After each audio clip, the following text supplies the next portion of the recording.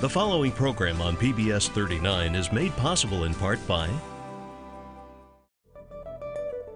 Arts Weekly, celebrating regional expression, performance, and creativity, is brought to you in part by the Edward D. and Ione Auer Foundation,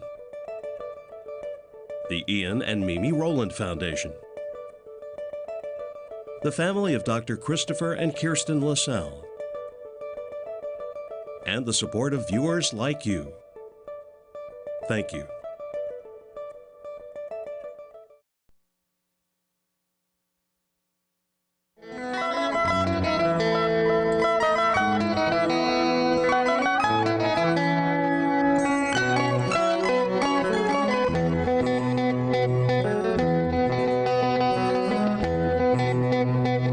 This is Arts Weekly. Arts Weekly is produced in cooperation with the College of Visual and Performing Arts at IPFW, offering degrees in fine arts, music, theater, and visual communication and design. Welcome to Arts Weekly. I'm Melinda Haynes with the IPFW College of Visual and Performing Arts. Today's show is about the IPFW RiverFest celebration taking place this Saturday, June 22nd. In the second half of the show, I'll be joined by Fernando Tarango, one of the many musicians performing at RiverFest. But first, we'll meet Sarah Payne, the project manager for this great free community event held along the banks of the St. Joseph River on the IPFW campus. The entire community is invited to this day of festivity and celebration for one of Fort Wayne's most prominent natural resources, our rivers. It's a day for families, friends, and anyone who loves nature, sports, art, music, and food to indulge themselves in a day of riverside activities. From early morning to late at night, you'll find events for all ages. The mission of IPFW RiverFest is to preserve, protect, and promote Fort Wayne's rivers by raising awareness through education and fun. But it goes way beyond that, and Sarah Payne is here to tell us all about it. Welcome, Sarah. Thank you. I am so glad you're here because I want to hear all the details of what's been going on with RiverFest this year. Now, it's been going on for several years, hasn't it? Yeah, this will be our fourth year actually. So it's a new festival, but we're so thrilled with the community's embracing the festival. So even though we've only been doing this for 3 short years, the fourth year I know is going to drive so many people to the event and so much excitement because the community really has embraced it. Well, and you have tens of thousands of people who come to this event. Absolutely, we do. You know, it's very hard to estimate because the festival is free, so we don't charge admission or parking, but we estimate close to 25,000 people come out and enjoy the day. Well, I know it feels like that. Sometimes when you're out there, you see, you know, so many people, but it's over such a large area. You don't feel crunched, but you can tell that there are just lots of other bodies out there enjoying the day. Now, tell me about the history of RiverFest. How did it start? Why did it start? Well, you know, RiverFest, I think, is just really a small part of what the community is looking to embrace, and that is that Fort Wayne's rivers are the most special natural resource that we have. And so I think that RiverFest really came out of a lot of conversations happening in the city and county about a need to really embrace the rivers and understand the importance of educating the community, but doing it in a way that is really fun.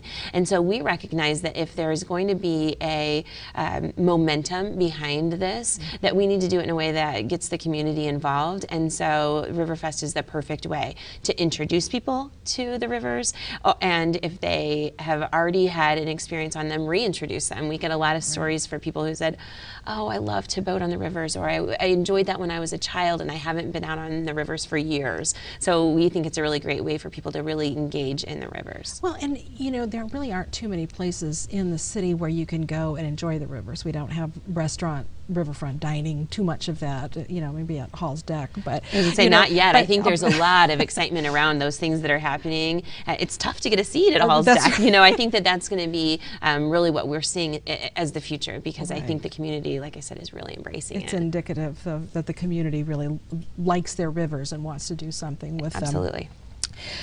So IPFW collaborated with some other organizations to start RiverFest, or you were telling me a little bit about the history of some of these other river organizations and how it came to be. Yeah. You know, IPFW is the host of RiverFest, and so they are such a generous supporter of all that we're doing, but it's really a collaborative effort that there are a lot of different organizations that are working to promote and protect the rivers. They're looking to do a lot of educational pieces, and Friends of the Rivers actually came out of that. So what IPFW has done is supported Friends of the Rivers, and we are providing a lot of these different groups really a stage to talk about their missions and what they're doing to support river quality. So there's the educational component as well as the fun and the food component. There is. You can learn so much about river water quality and what you can do to impact that quality, and you can learn as much or as little as you want at RiverFest. What we think is going to happen is we actually have a lot of different organizations that are giving snippets of seminars all day long, so people can come out and actually learn. And we know one of the most popular things that people can do at the day is we have pontoon boat rides, canoe and kayaking that people can do to actually get onto the water, and we know that once they're on the water, it's going to spark that interest level. Yeah, that just makes a whole difference when you're out on the water. You don't think about it, and you're like, wait a minute, we really have this great natural resource here, so to be able to get them in there is a great thing.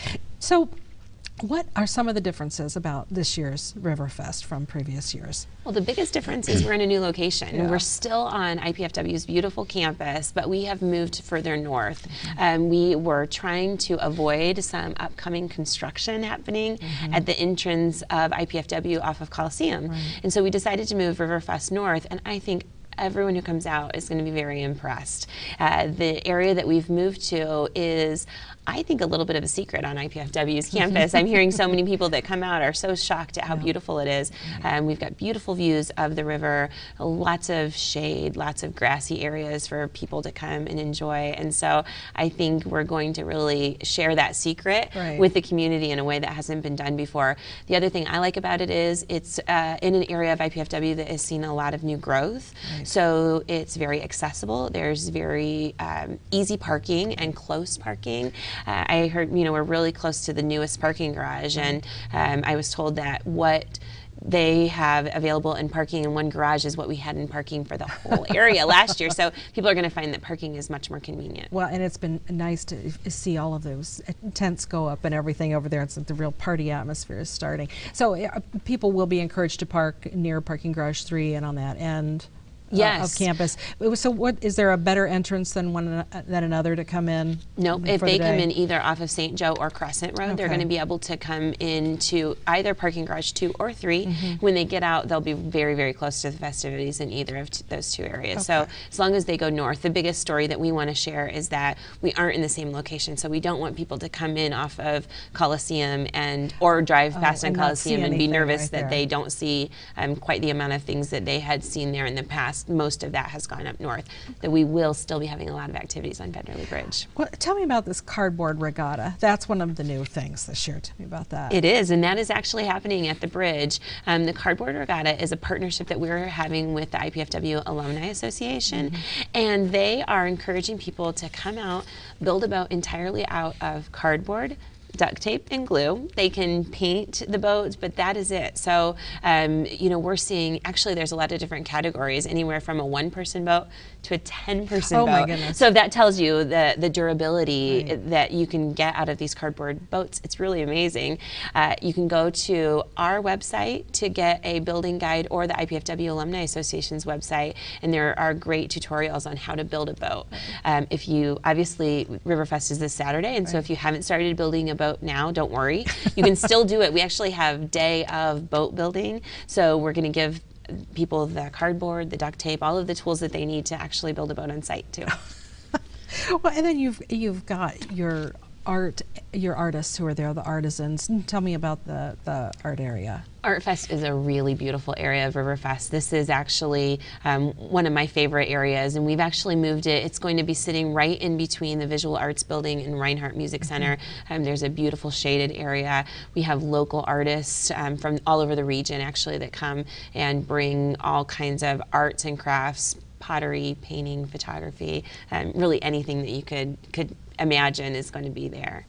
And the music. Tell me about the music that's going on the stage that you have set up. Is there more than one stage? Or? And there's one stage. Okay. It's live music from 2 o'clock on through the fireworks. Wow. And we are so fortunate to have such great local bands that come out and support us in a wide variety of music. So really there's going to be anything to fit your musical desires. You know, there's anything from jazz to rock and everything in between, really. Can you tell me the names of some of the bands? Yes, actually, I brought the list. Their Wickersham Brothers is going to be there. Juke Joint Jive is there. Chris Worth and Company is going to be there. Big Caddy Daddy will close out the night, along with Heady Times and Carmen V. So just a variety of bands. And the whole day is family friendly. I mean, there are activities for kids, for families. Tell me a little bit about that. Absolutely. We start out in the morning. We've got several races. We are actually excited this year to be adding to our family-friendly 4K that we've done with great success every year. We've added a mud run to that, and we've also partnered with Fort for Fitness, and we're going to be the kickoff location for their kids marathon event. And we're going to start that with the kids 400 meter race, which is going to be a blast. It gives the kids kind of a chance to participate in that as well, and then get signed up for the marathon that Fort for Fitness does. And so the event starts at 10 o'clock in the morning, is that right? So there's things that even start earlier than that. The mud run's at 8:30. Okay. People can come as early as 7:30 to register. Most of the events start after 10. We have our press conference and opening ceremonies that will start right at 10 o'clock at the bridge. And so there's going to be lots of energy and excitement there as well. So. And fireworks to cap it all off at the end of the night. Fireworks, that's one of the best parts, actually. And there's information about it can be found on your website. And you were saying earlier that people still can sign up to volunteer? Yes, go to our website. It is not too late. We still have opportunities to come out and volunteer.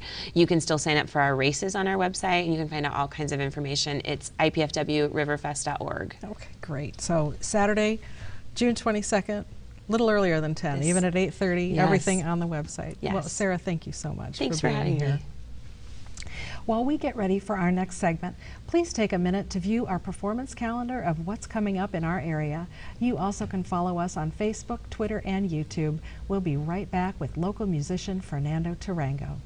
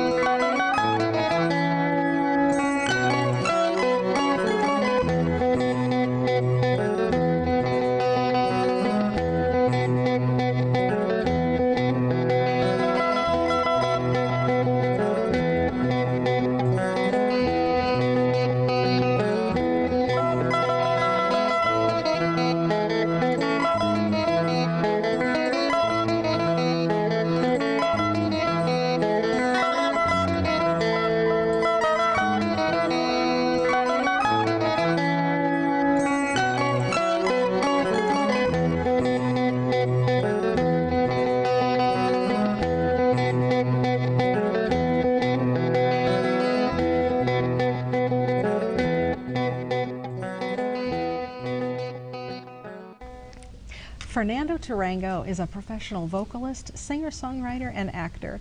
He has produced and recorded music for MTV, VH1, and the Oxygen Network. As a recording artist, Fernando has been featured as the solo vocalist for 5 albums, ranging from folk to jazz to Gregorian chant. He began his professional music career at the age of 10, traveling the world, performing and recording with the American Boy Choir School in Princeton, New Jersey. He continued his musical studies at the University of Michigan, earning his degree in vocal performance.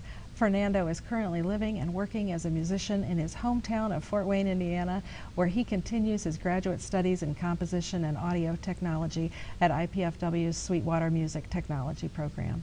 He is currently composing a one-man multimedia musical and working on his next recording project as the frontman for the jazz rock band the Wickersham Brothers, a group that is performing at this Saturday's RiverFest. I'm so glad to have you on Arts Weekly, Fernando. Thanks for having me. Well, you know what? Let's start out with the fact that you're not just a musician. I've seen you, do a lot of things, and reading that, I'm like, wow, he's done so many things. Tell me about what you do besides play the guitar and sing. Well, besides playing the guitar and sing, I'm I mean, primarily I'm a vocalist, vocalist and performer. So I perform with the Philharmonic as a soloist, or with Heartland Sings, and you know, I also teach voice lessons, and also produce music, write music.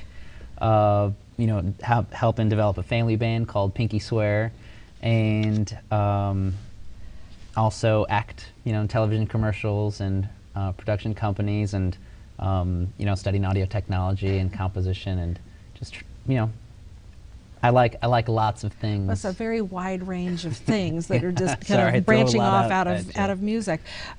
But you perform so many different kinds of music. I've seen you in so many different genres. You know, do you have a favorite, or do you like doing all of it? I mean, Wickersham Brothers is definitely my current favorite, because I write the music. I've you know, built the relationships with the musicians, and you know, we're really you know, working on something and building it together. So I love that. But I also love the aspect of performing, and just that challenge that it brings. So even for, you know, a commercial, if you're, you know, just a bartender and just trying to be the best bartender I can possibly be, or even with the Philharmonic and being up there alone in front of all these tremendous musicians, and all the pressure that brings. So just everything you know, stimulates me in a different way, and I like to have all those aspects of my talents really stimulated, and constantly challenging myself and trying to brush up on skills that I may have forgotten. Yeah. Now, tell me a little bit about Wickersham Brothers. What kind of band is it? Were it jazz, rock, and who is in this with you? So the lineup is Cale Reese is an excellent bassist. He tours with Bluebird Revival. Colin Boyd, he's the host of Burnt Toast Show, and he has the Colin Boyd Trio. Jason Markson, he plays congas and auxiliary percussion. He's the Fort Wayne Fringe founder. And then Logan Weber, who recently graduated from IPFW. He's an excellent saxophonist and composer as well. And then I'm on acoustic guitar and main vocals. And I know I've seen that you've played lots of places in Fort Wayne. I think that's a great popularity that I think you have growing. Oh yeah, for that I mean, group. that's definitely the you know, the plan. Just try to build the popularity, build that following, and try to build on the opportunities that brings, and hopefully start branching out within the Midwest regions. Just sort of represent all the you know, there's so much going on in Fort Wayne, and just trying to be sort of an ambassador of the arts and represent what's going on here. Well, and you've done so many collaborations with other artists over the years. So tell me a little bit about who you've collaborated with, you know, locally or regionally. Oh, I mean, Samir Patel. We've collaborated in creating some, you know, some children's programming for the Fort Wayne Philharmonic and throughout the region. I collaborate with, you know, just this week I was with, you know, Jason Markson and Logan Weber in the studio trying to produce some tracks. And you know, so I was behind the console on that one, and you know, just collaborating there. I've helped through the Sweetwater Technology Program, helped to record Hope Arthur's new album that'll be coming out, and that's the beauty of the Fort Wayne community, is that everybody's able to collaborate. You know, even did an impromptu collaboration with the Fort Wayne Ballet for their groundbreaking of the Black Box a couple Theater, weeks ago, yeah. which was exciting, and just there's so much of that going on. I think really, you know, once all these different ingredients are coming together, you know, Fort Wayne's going to start building its own sort of style, and you know, currently is building its style, and you know, its take on music and the arts. Well, and you recently collaborated with the McIntosh's Dance Theater. Oh yeah, how did I forget that? Yeah, one? well, we happen to have a little clip Ooh, awesome. of your performance for that. So, you know, if we could bring that up, I think we're gonna. You're playing your acoustic guitar and singing in this, yes. correct? They commissioned me to do this piece about the dance that was coming up after. So you're kind of the introduction to the dance. Yes. Okay, great. Let's watch. Time and time again, I flew against her window pane, and her fire grew dim, and I was never letting was never let in, was never let in. Oh, your love was a cheap red wine, grown through heartbroken soil and cast in time. And I'm stained with your love. Oh, I'm stained with your love. Oh, I'm stained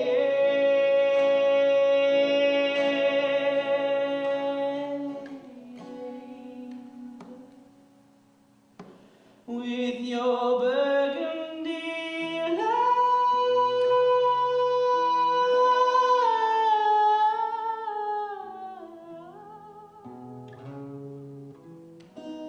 Your burgundy love.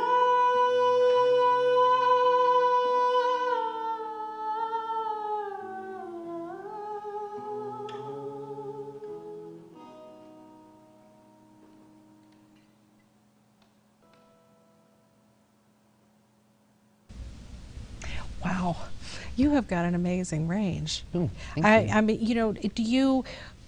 I don't even know what the proper professional term is for the range that you sing. I mean, you're tenor or higher than I'm a tenor. Yeah, Yeah. but is that music that you wrote specifically for that show? Yeah, I Yeah. wrote that piece for that. Yeah. Oh, well, that's lovely. Thank you.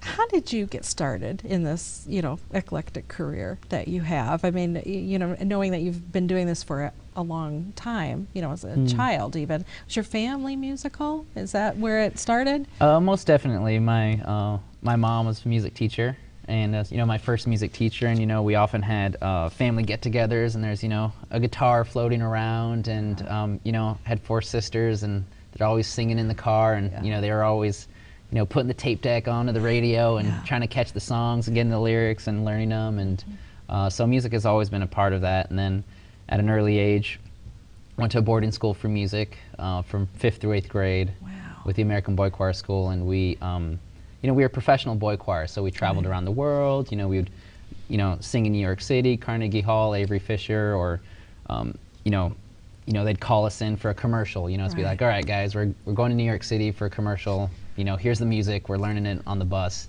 kind of thing. And so I think that's, you know, that was my expectation with music growing up, was to be, you know, very busy, very high in demand, and very broad in what you can do and how quickly you can learn things. And sort of that's always been my expectation. So growing up musically, I've always, you know, trying to keep that level of stimulation and also that broad, you know, that broad range, because when a professional boy choir, you're not just doing classical music or church music. You know, sometimes you're doing little poppy, you know, pop commercial jingles, or you know, you're doing a television commercial and you're on camera.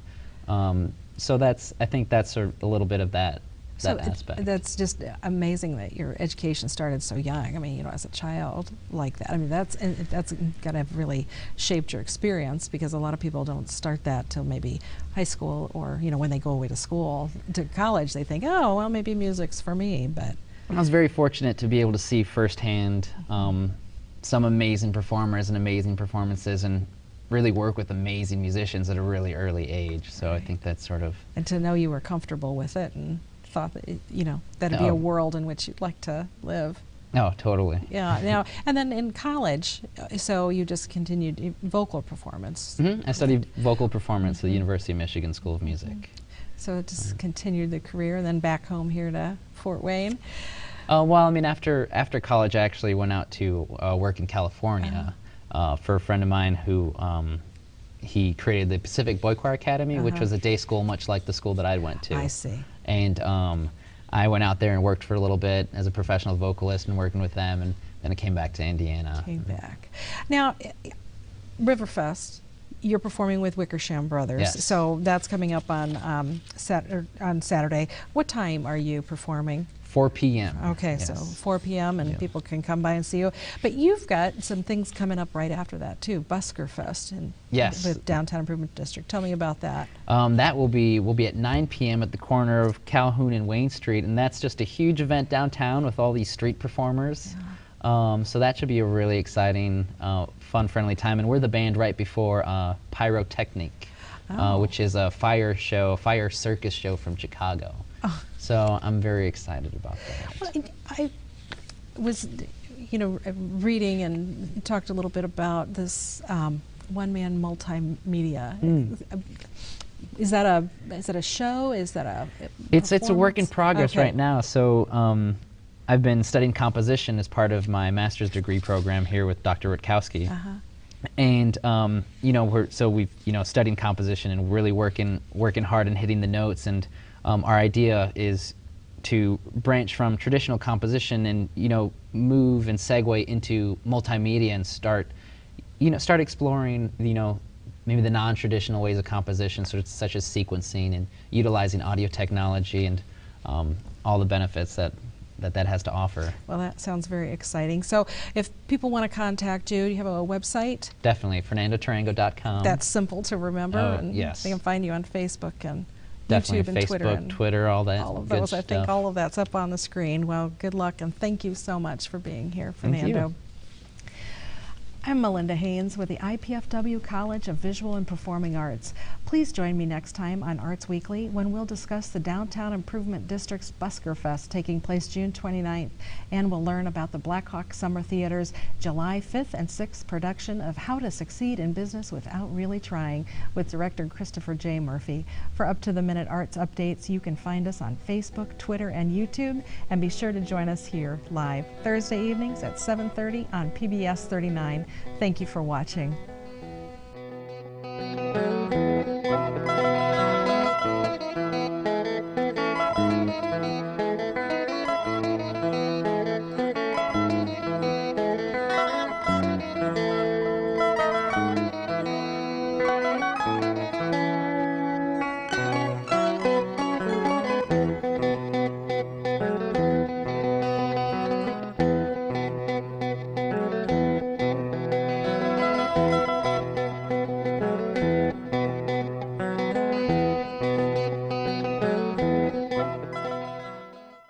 The preceding program on PBS 39 was made possible in part by Arts Weekly, celebrating regional expression, performance, and creativity, is brought to you in part by the Edward D. and Ione Auer Foundation, the Ian and Mimi Rowland Foundation, the family of Dr. Christopher and Kirsten LaSalle, and the support of viewers like you. Thank you.